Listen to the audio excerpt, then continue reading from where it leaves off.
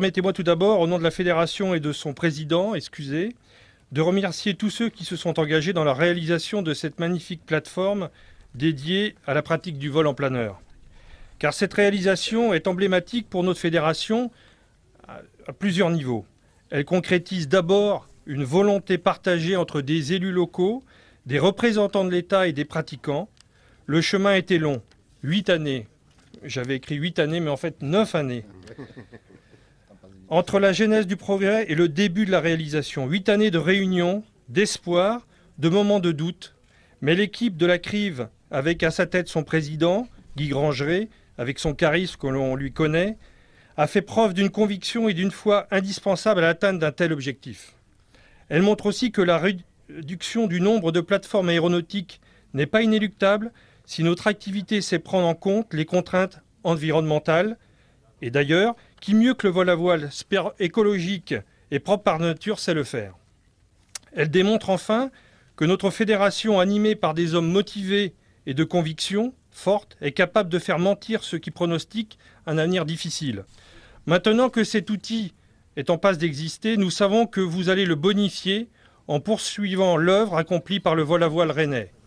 Tant de générations de pilotes civils chez Air France, régionales, Britair ou de pilotes militaires ont initié leur carrière dans les cockpits des planeurs de Saint-Jacques-de-la-Lande.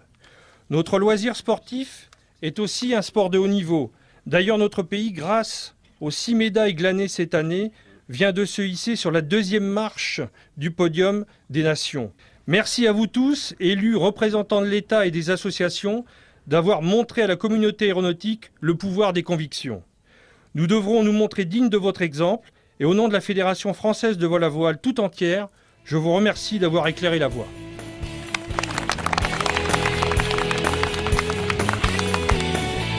Je voudrais quand même seulement vous rappeler que ce projet important pour nous s'inscrit dans l'histoire de l'aéroclub d'Ille-et-Vilaine. Cet aéroclub a été fondé en 1932.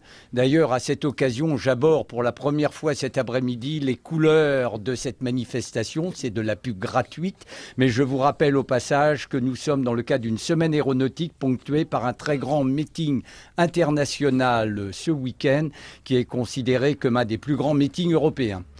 Pour revenir au vol à voile, en 1933, cette activité a démarré à Rennes. Et puis, cette activité s'est déroulée paisiblement pendant des décennies, y compris pendant la guerre. Ça a continué à vivre gentiment. Et puis, le développement de l'aviation commerciale a fait que, à la fin des années 80, je dirais, des vilains cumulus, je dirais même cumulonimbus, sont venus s'accumuler au-dessus de nos têtes. Et là, la peur est arrivée. 2001 a vu le dernier vol en planeur sur Rennes. Et puis, je ne sais pas si ça tient au fait que nous avons ce soir comme invité M. Uderzo pour notre meeting. Nous nous sommes dit qu'à défaut d'être des irréductibles gaulois, nous serions peut-être des irréductibles bretons. Et puis, on s'est dit qu'on ne pouvait pas laisser crever le vol à voile.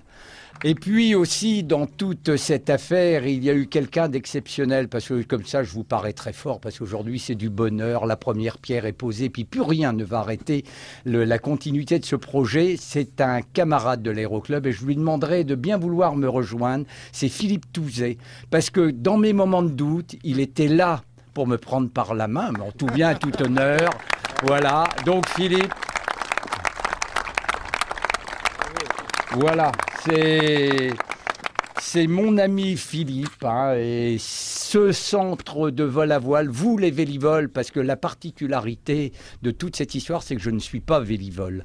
Je suis pilote, j'ai 30 minutes de planeur en tout et pour tout, et c'est Philippe qui a su me convaincre, et puis également mon ami Jean-Émile Rouault, qui fut mon instructeur lorsque j'ai découvert l'aviation, et qui a su lui aussi convaincre sa fédération, dont il fait membre du comité directeur, de s'associer. Voilà, je vous remercie et je vous remercie d'être venus si nombreux et puis de la qualité. Merci Monsieur Théodin, merci Monsieur le député, merci Monsieur le conseiller général, merci à vous.